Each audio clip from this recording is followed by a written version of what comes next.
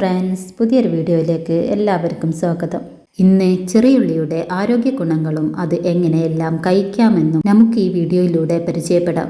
ഉള്ളി വലുതും ചെറുതുമുണ്ട്, എന്നാൽ ചെറിയ ഉള്ളിയാണ് ആരോഗ്യത്തിന് ഏറ്റവും നല്ലത്. ഇതിൽ പ്രോട്ടീനും കാൽസ്യവും മഗ്നീഷ്യവും അയണും വൈറ്റമിൻ സിയും ബിയും ഉണ്ട്.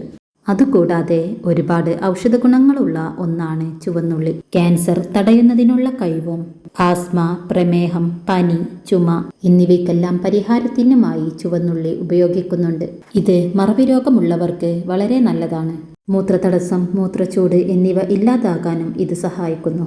സ്ഥിരമായി ചുവന്നുള്ളി കഴിക്കുന്ന കുട്ടികൾക്ക് വിളർച്ച ഉണ്ടാകാനുള്ള സാധ്യത വളരെ കുറവാണ്.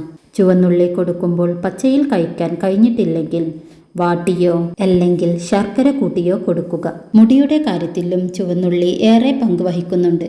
അതായത് മുടി കൊഴിഞ്ഞു പോകുന്നതിനും പൊട്ടിപ്പോകുന്നതിനും പണ്ട് തൊട്ടേ ഉപയോഗിക്കുന്ന ഒന്നാണ് ചുവന്നുള്ളി. താരൻ പോകാൻ ചുവന്നുള്ളിയുടെ നീര് 15 മിനിറ്റ് പുരട്ടിയതിനു ശേഷം കേകിക്കളയുക.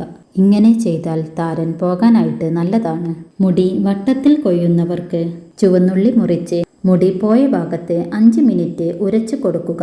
ഇങ്ങനെ പതിവായി ഒരാഴ്ചയോ 2 ആഴ്ചയോ ചെയ്യുകയാണെങ്കിൽ അവിടെ മുടി വരാൻ തുടങ്ങുന്നതാണ്. ദഹനക്കുറവുള്ളവർക്കും വാതരോഗമുള്ളവർക്കും ചുവന്നുള്ളി കഴിക്കുന്നത് നല്ലതാണ്. വിരശല്യമുള്ളവർക്ക് ഉപയോഗിക്കേണ്ട രീതി: 2 ചുവന്നുള്ളി ചതച്ച് പിഴിഞ്ഞെടുത്ത നീരും 1 വെളുത്തുള്ളിയും ചേർത്ത് കഴിക്കാം. വേണമെങ്കിൽ മാത്രം കൽക്കണ്ടവും ഇടാവുന്നതാണ്. ഇത് രാത്രി കിടക്കുന്നതിന് മുൻപ് 7 ദിവസം തുടർച്ചയായിട്ട് കഴിക്കുകയാണെങ്കിൽ വിരശല്യം കുറയുന്നത് കാണാം.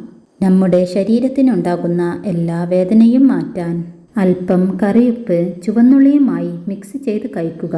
ഇങ്ങനെ കഴിച്ചാൽ ശരീരത്തിനുണ്ടാകുന്ന വേദനകളെല്ലാം മാറുന്നതാണ്.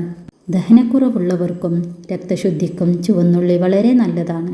ചെറു പ്രാണികൾ കടിച്ചാലുണ്ടാകുന്ന വിഷം മാറാൻ ചുവന്നുള്ളിയുടെ നീര് അവിടെ പുരട്ടിക്കൊടുക്കുക. ശ്വാസ സംബന്ധമായ അസുഖങ്ങൾക്ക് ചുവന്നുള്ളിയുടെ നീരും തേനും ചേർത്ത് 5 ദിവസം കഴിക്കുക. വിട്ടുമാറാത്ത ചുമയും ശ്വാസം മുട്ടുമുള്ളവർക്ക് ഇത് വളരെ നല്ലതാണ്. ഉറക്കക്കുറവുള്ളവർ രാത്രിയിലെ ഭക്ഷണത്തിൽ ചുവന്നുള്ളി വേവിച്ച് കഴിക്കുകയാണെങ്കിൽ നല്ലതാണ്. ഈ വീഡിയോ നിങ്ങൾക്കിഷ്ടമായെങ്കിൽ ലൈക്ക് ചെയ്യുക. സബ്സ്ക്രൈബ് ചെയ്യാത്തവരുണ്ടെങ്കിൽ സബ്സ്ക്രൈബ് ചെയ്യുക. പുതിയൊരു ഇൻഫർമേഷനുമായി വീണ്ടും വരാം. Okay, by.